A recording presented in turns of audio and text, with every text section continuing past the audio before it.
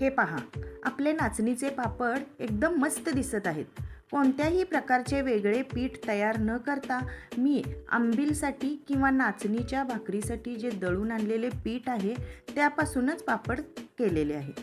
पापड तर पहा, मस्त आणि खुसखुशीत असे हे पापड न लाटता माझी आयडिया वापरून वेगळ्याच पद्धतीने पापड बनवले आहे. अजिबात कुठेही फाटला नाही किंवा चीर पडली नाही. मस्त असा कुरकुरीत झालेला आहे. तेलकट तर अजिबात नाही. असे परफेक्ट पापड तयार करण्यासाठी पीठ कसे शिजवायचे, पापडाला चिरा पडू नयेत म्हणून त्यात कोणता पदार्थ मी घातला आहे व त्यापासून तो पदार्थ अतिशय पौष्टिक होणार आहे, हे सर्व मी तुम्हाला शेअर करणार आहे. तर हे पापड बनवण्यासाठी एका भांड्यात मी 2 वाटी पाणी उकळायला ठेवले.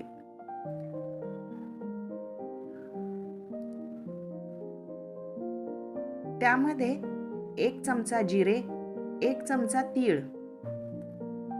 1 चमचा सैंधव मीठ आणि 1 चमचा पापड खार तसेच अर्धा चमचा हिंग पावडर घालून हे सर्व मिश्रण व्यवस्थित मिक्स करायचे. पाण्याला उकळी आल्यानंतर त्यामध्ये मी जो सिक्रेट पदार्थ सांगितला होता ना, तो म्हणजे डिंक. आपण खाण्यासाठी जो डिंक वापरतो तो मी अर्धा तास आधी भिजत घातला होता. त्याचे पाणी या बॅटरमध्ये घालायचे. डिंक घातल्यामुळे आपले पापड पौष्टिक तर होतातच आणि ते घातल्यामुळे पीठ चिकट होऊन पापडाला भेगा पडत नाहीत किंवा पापड फाटतही नाही. आता पाण्याला उकळी आल्यानंतर त्यामध्ये 1 वाटी नाचणीचे पीठ व अर्धी वाटी तांदळाचे पीठ घालायचे. तांदळाचे पीठ घातल्यामुळे पापड अतिशय खुसखुशीत होतात. पीठ घातल्यानंतर लगेच हे मिश्रण हलवायचे नाही. पीठ पाण्यावर पसरायचे व त्यावर लगेच झाकण ठेवून द्यायचे.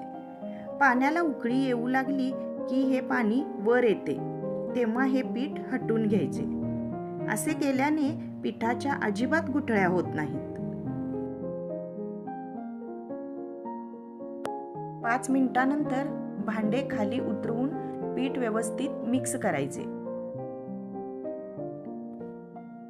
आता हे सर्व पीठ एका परातीमध्ये ओतून घ्यायचे आणि पीठ हाताला भाजू नये म्हणून मी हाताला हँडग्लोव्हचा वापर केला आहे. असे केल्याने पीठ व्यवस्थित मळता येते.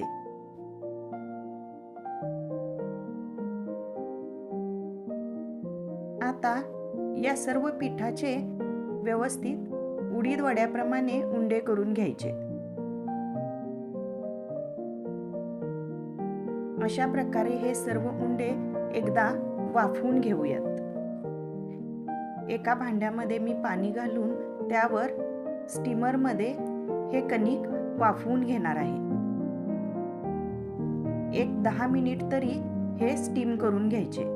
10 मिनिटांनंतर हे पीठ अशा प्रकारे व्यवस्थित शिजले आहे.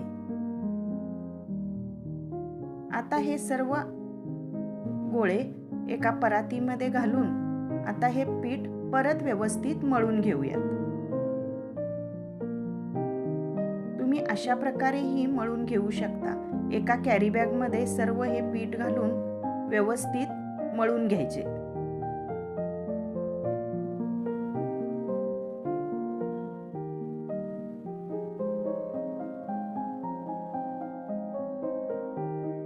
पीठ व्यवस्थित मळल्यामुळे आपले पापड अजिबात फाटत नाहीत किंवा चिरा पडत नाहीत. अशा प्रकारे हे मऊसूत कणिक तयार झाले.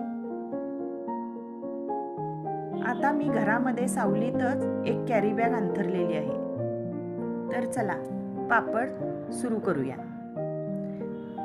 तर ही नवीन पद्धत म्हणजे ही लाकडी स्मॅशरने मी पापड करणार आहे. आपल्याला पापड लाटायचीही गरज नाही. पीठ व्यवस्थित मळल्यामुळे एकदा जरी त्यावरून स्मॅशर फिरवला तर इतके छान असे पापड पातळ होतात.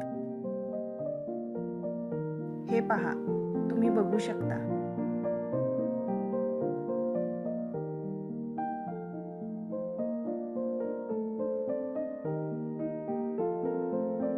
अशा प्रकारे लाकडी स्मॅशरने हे पापड व्यवस्थित लाटले जातात.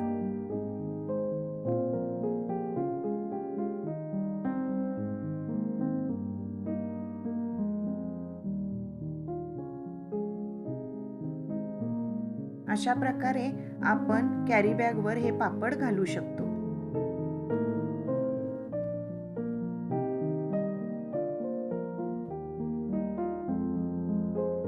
पापड न लाटता दुसरी पद्धत म्हणजे तुम्ही प्लेटनी ही पापड मोठे करू शकता.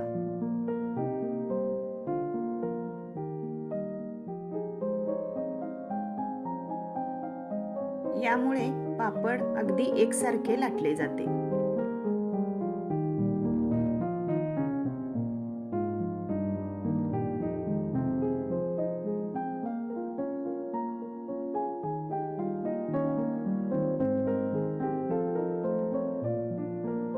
हे पहा, 1 वाटी पिठामध्ये आपले इतके 40 भर पापड तयार झाले. आता हे सर्व पापड मी सावलीत वाळवून नंतर 2 दिवस उन्हात वाळवून अशा प्रकारे मस्त असे नाचणीचे पौष्टिक पापड तयार आहेत. तर चला हे पापड आपण तळून पाहूयात.